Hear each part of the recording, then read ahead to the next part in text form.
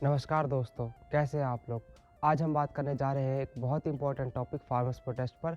आपने अब तक किसी न किसी से या फिर टीवी पर सुना ही होगा फार्मर्स प्रोटेस्ट के बारे में। तो ये फार्मर्स प्रोटेस्ट क्यों कर रहे हैं? आइए इसे अच्छे से समझने की कोशिश करते हैं हम आज की इस वीडियो में। फार्मर्स के प्रोटेस्ट के पीछे का रीज़न है बीजेपी सरकार द्वारा 5 जून 2020 को लाए गए 3 फार्म बिल्स। इनको समझने से पहले हमें ये समझना होगा कि अब तक इंडिया में एग्रीकल्चर सेक्टर कैसे काम करता था। तो मान लो आप एक किसान हो और आपने पूरे सीजन मेहनत करके एक फसल उगाई है और अब इस फसल को आपको बेचना है। तो अभी तक के हमारे इंडिया में करंट सिस्टम के हिसाब से 3 ऑप्शन थे। पहला ऑप्शन था लोकल मार्केट, दूसरा एपीएमसी मंडी और तीसरा एमएसपी। पहला ऑप्शन है लोकल मार्केट। इसमें किसान अपनी जान पहचान के किसी साहूकार, किसी शॉप पे या किसी लोकल मार्केट में जाकर अपनी खुद की कैपेसिटी के हिसाब से अपना अनाज बेच सकता है। दूसरा ऑप्शन है APMC mandi. APMC mandi state government के अंडर काम करती है। इसमें government cold storage, warehouses, इन सब चीज़ों को गवर्नमेंट खुद ही मेंटेन करके रखती है और किसान को बस अपना ट्रांसपोर्ट वहाँ तक करके जाना है और अपना अनाज बेच देना है। पर जब किसान मंडी में पहुंचता है तो वहाँ पर अलग अलग कमीशन एजेंट्स होते हैं। इन एजेंट्स को अर्थास भी बोलते हैं। इनका काम होता है लोडिंग अनलोडिंग देखना, बिडिंग प्रोसेस करवाना, और वहाँ पर एक नीलाम करता होता है जो पूरा बिडिंग प्रोसेस करवाता है। तो अलग अलग बिडर्स वहाँ पर आते हैं और जो ज़्यादा प्राइस देता है किसान उसको अपनी फसल बेच देता है। एपीएमसी मंडी बिल्कुल अमेज़न की तरह काम करती है। बायर्स और सेलर्स को मिला करके अपना कमीशन ले लेती है। तीसरा ऑप्शन है एमएसपी। कभी कभी ऐसा भी हो सकता है कि किसान जितना पैसा लगाकर अपनी फसल उगाए उसको मंडी में इतना कम रेट मिले कि वो भी लॉस में चले जाए। तो ऐसा ना हो इसलिए एमएसपी को इंट्रोड्यूस किया गया था। गवर्नमेंट एमएसपी डिसाइड करती है। अगर आपको मंडी में इससे कम रेट मिलता है तो आप डायरेक्ट गवर्नमेंट के पास जाकर एमएसपी रेट पर अपनी फसल बेच सकते हैं। लेकिन सिर्फ 22 फसलों पर एमएसपी लागू होती है, इसके अलावा और किसी फसल पर लागू नहीं होती।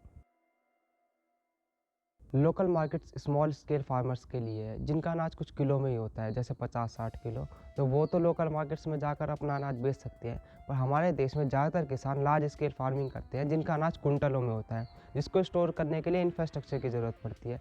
पर किसान के पास इतना पैसा नहीं होता कि वो इंफ्रास्ट्रक्चर तैयार कर सके। तो गवर्नमेंट इसके लिए दूसरा ऑप्शन लेकर के आती है एपीएमसी मंडी का। पर एपीएमसी मंडी में भी प्रॉब्लम्स थी। पहली प्रॉब्लम ये थी कि जब किसान मंडी में फसल बेचने निकलता है तो वहाँ बिल्डर्स पहले से ही आपस में साठ-गांठ कर लेते हैं और एक प्राइस फिक्स कर लेते हैं कि इससे ऊपर बोली ही नहीं लगाएंगे। सेकंड प्रॉब्लम ये आती है कि एक कमीशन एजेंट को 2.5% मिलता है पूरी डील करवाने का। तो होना ये चाहिए कि अगर 100 रुपये की फसल बिकी है तो 97.5 मिलने चाहिए किसान को और 2.5 मिलने चाहिए कमीशन एजेंट को। पर होता क्या है, कमीशन एजेंट किसान से खुद 100 रुपये में फसल खरीद लेता है और उसे आगे 180 रुपये में बेच देता है। तो हकीकत में मिलने चाहिए थे किसान को 175.5 और एजेंट को 4.5, पर किसान को मिलते हैं 97.5 और एजेंट कमा ले जाता है 82.5। इसलिए जब एपीएमसी मंडी में भी इतनी ज़्यादा धांधली होने लगी तो सरकार तीसरा ऑप्शन लेकर आई एमएसपी। एमएसपी लगा तो दी गवर्नमेंट ने, पर इससे भी किसानों की प्रॉब्लम सॉल्व नहीं, उल्टा बढ़ और गई, क्योंकि जो एमएसपी गवर्नमेंट डिसाइड करती थी लोगों ने उससे ज़्यादा देना ही बंद कर दिया। तो कुल मिलाकर हुआ ये कि जो मिनिमम सपोर्ट प्राइस था वो मैक्सिमम सपोर्ट प्राइस बन गया। इसके अलावा एमएसपी ऑल इंडिया में सेम रहता है, जबकि फार्मिंग की कॉस्ट हर स्टेट में अलग अलग आती है। इतनी सारी दिक्कतों के बाद भी जब किसान एमएसपी पर बेचने निकलता है तो वहाँ पर भी अब कालाबाजारी आ गई है। एमएसपी का जितना ही प्रोसेस है, मैनेजमेंट और स्टोरेज, ये सब एफसीआई देखती है। तो जब किसान मंडी में फसल बेचने निकलता है तो उससे कोई ना कोई बहाना बनाकर चक्कर लगवाए जाते हैं। अब जो किसान है वो ज़्यादा दिन वेट नहीं कर सकता, क्योंकि उसकी फसल ख़राब होने का डर बना रहता है और हर दिन फसल का रेट कम भी होता चला जाता है। तो किसान मंडी में जाता है और जो भी रेट उसे मिलता है उसी रेट पर वो बेच देता है। फिर मंडी में वही अधिकारी जाकर उसी रेट पर फसल खरीदता है और गवर्नमेंट के रजिस्टर में एमएसपी का रेट चढ़ा देता है। गवर्नमेंट के ऊपर एमएसपी बर्डन बन चुका है, ये खुद गवर्नमेंट कई बार बोल चुकी है। गवर्नमेंट एमएसपी रेट पर खरीदती है और उसको कम दामों पर राशन कार्ड पर देना पड़ता है। अगर करंट सिचुएशन की बात करूँ तो 19 रुपये 25 पैसे पर गेहूँ खरीदना पड़ता है गवर्नमेंट को और 2 रुपये पर केजी पर राशन कार्ड पर देना पड़ता है। और इस रेट पर खरीदता कौन है? महीने के 30-40 हज़ार या इससे भी ज़्यादा कमाने वाले लोग। और वहीं जो माइग्रेंट्स हैं, जो एक स्टेट से दूसरे स्टेट में रहते हैं, उनका राशन कार्ड तो बनता ही नहीं है। यहाँ अलग ही सिस्टम है। यहाँ जो मकान मालिक है वो 2 रुपये पर केजी पे खरीदता है और जो किराएदार है वो बाहर से मोल खरीद कर लाता है।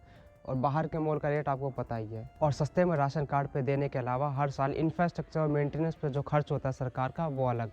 हमारे पास प्रॉपर इंफ्रास्ट्रक्चर ना होने की वजह से लगभग 67 मिलियन टन अनाज हर साल वेस्ट हो जाता है, जिसकी नेट कॉस्ट आती है लगभग 92,000 करोड़ रुपए। जितना अनाज हर साल इंडिया में वेस्ट हो जाता है उससे एक बिहार जैसे बड़े राज्य को पूरे साल भरपेट खिलाया जा सकता है। ये तो थी करंट सिचुएशन फार्मर्स की, और अब देखते हैं जो नए बिल आए हैं इनसे क्या क्या चेंजेस आएंगे। 5 जून 2020 को गवर्नमेंट इन बिल्स को ऑर्डिनेंसेस की तरह लेकर आई। पहले होता ये था कि किसान को अपने एरिया की एपीएमसी मंडी में आकर ही अपनी फसल बेचनी होती थी, चाहे से दूसरे एरिया की एपीएमसी मंडी पास पड़ती हो, और एपीएमसी मंडी में टैक्स भी लगता है। अब ऐसा नहीं होगा। किसान चाहे जिस मर्जी एपीएमसी मंडी में जाकर अपनी फसल बेच सकता है, और वो चाहे तो प्राइवेट सेक्टर्स में भी अपनी फसल बेच सकता है, और प्राइवेट सेक्टर्स में अब कोई टैक्स भी नहीं लगेगा। अब तक एपीएमसी मंडी वालों की मोनोपोली बनी हुई थी, इसलिए वो अपनी मनमानी किया करते थे। उन्हें भी पता था कि किसान को आखिरकार बेचनी अपनी फसल यहीं पर आकर है, पर अब इस बिल के आने से ऐसा नहीं हो पाएगा। अब बात ये आ जाती है कि अगर ये लॉ इतना ही अच्छा है तो फार्मर्स प्रोटेस्ट क्यों कर रहे हैं। तो सारी बात आ जाती है कि गवर्नमेंट ने प्राइवेट सेक्टर्स को टैक्स फ्री करके बहुत ही ज़्यादा अट्रैक्टिव बना दिया है, जिससे होगा ये किसान ज़्यादा प्रॉफिट के लिए प्राइवेट सेक्टर्स में बेचना चाहेंगे, और ये प्राइवेट कंपनीज भी स्टार्टिंग में बहुत अच्छा रेट देंगी, पर कुछ सालों बाद जब एपीएमसी मंडी डेड हो जाएगी तो ये प्राइवेट कंपनीज अपनी मोनोपोली बना लेंगी और फिर किसानों को एक्सप्लॉइट करेंगी। जब बीएसएनएल के पैरेलल में एयरटेल और आइडिया आए थे तो लोगों को लगने लगा था कि बेटर अल्टरनेटिव मिल गया है, लेकिन बाद में जब बीएसएनएल धीरे धीरे डेड हो गई तो इन दोनों कंपनीज ने मनमाने रेट वसूले, और बाद में सेम काम जियो ने एयरटेल और आइडिया के साथ किया, और आज ये दोनों ही कंपनी लॉस में चल रही हैं। और दूसरी प्रॉब्लम ये है कि किसान को जब हर स्टेट में सेम एमएसपी रेट मिल रहा है तो वो ट्रांसपोर्ट पर एक्स्ट्रा खर्च क्यों करेगा, अपने आसपास ही बेचना चाहेगा, और टैक्स बचाने के लिए प्राइवेट कंपनीज को ही बेचना चाहेगा।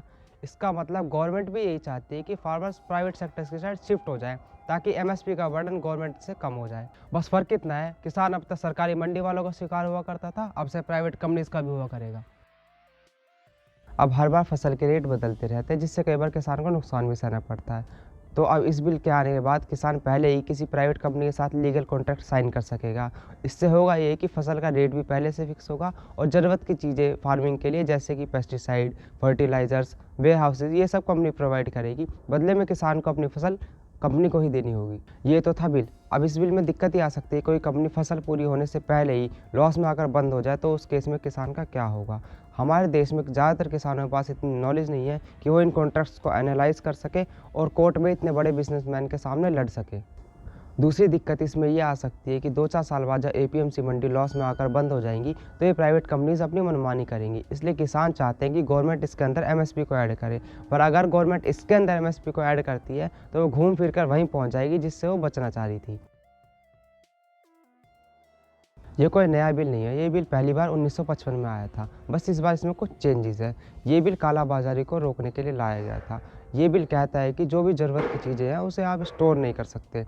अब ज़रूरत की चीज़ें क्या क्या है, इसकी कोई लीगल डेफिनेशन तो है नहीं, बस एक लिस्ट है जिसमें गवर्नमेंट हर साल ऐड और रिमूव करती रहती है। जैसे मार्च 2020 में हैंड सैनिटाइजर्स और मास्क को इसमें ऐड कर दिया गया था, और 1 जुलाई 2020 को इसमें हटा दिया गया था। जैसे ही इस लिस्ट में कोई प्रोडक्ट ऐड होता है, उसका प्रोडक्शन, सप्लाई चेन, डिस्ट्रीब्यूशन सब गवर्नमेंट कंट्रोल करने लगती है। जब किसी चीज़ की डिमांड बढ़ती है तो उसकी कीमत भी बढ़ती है। जैसे 2019 में प्याज के साथ हुआ था, उसकी डिमांड बढ़ने की वजह से 20 रुपये का प्याज 100 रुपये का बन गया था। सरकार ने किया क्या है इस बिल में, अनाज, आलू, प्याज, तेल, इन सब चीज़ों को इस लिस्ट से बाहर निकाल दिया है, और ये कहा है कि अब इस लिस्ट में तभी ऐड करेगी इन सब चीज़ों को जब कोई वॉर की सिचुएशन हो, कोई प्राकृतिक आपदा आए, या फिर अचानक से प्राइस बढ़ जाए। सरकार का कहना है कि इससे किसान को सही प्राइस मिलेगा, और जब से ये सब चीज़ें इस लिस्ट से बाहर हुई हैं इन सब का प्राइस ही बढ़ गया है। लेकिन किसान के पास इंफ्रास्ट्रक्चर नहीं है इन सबको स्टोर करने के लिए, तो इसका असली फ़ायदा बड़े बड़े बिजनेसमैन ही उठाएंगे, इन सब चीज़ों को स्टोर करके आर्टिफिशियल डिमांड क्रिएट करके। ऐसा नहीं था कि सरकार को पता नहीं था कि किस किस स्टेट में प्रोटेस्ट होंगे और किस किस लेवल के प्रोटेस्ट होंगे,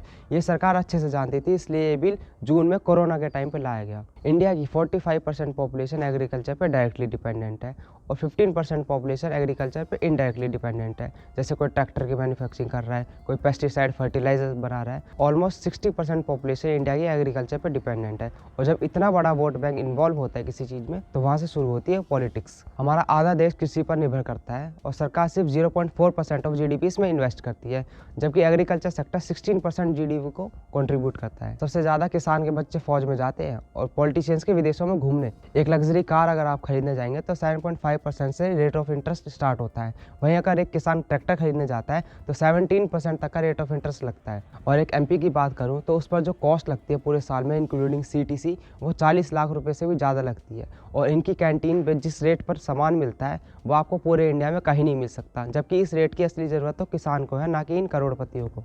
मक्के की करंट एमएसपी 1850 रुपये पर कुंटल है, यानी 18 रुपये 50 पैसे पर केजी। अगर आप मार्केट में रेट चेक करोगे तो आपको लगभग 350 रुपये पर केजी तक का मक्का मिलेगा। अब आप खुद ही देख लो बीच में कितना बड़ा मुनाफा छुपाया जा रहा है।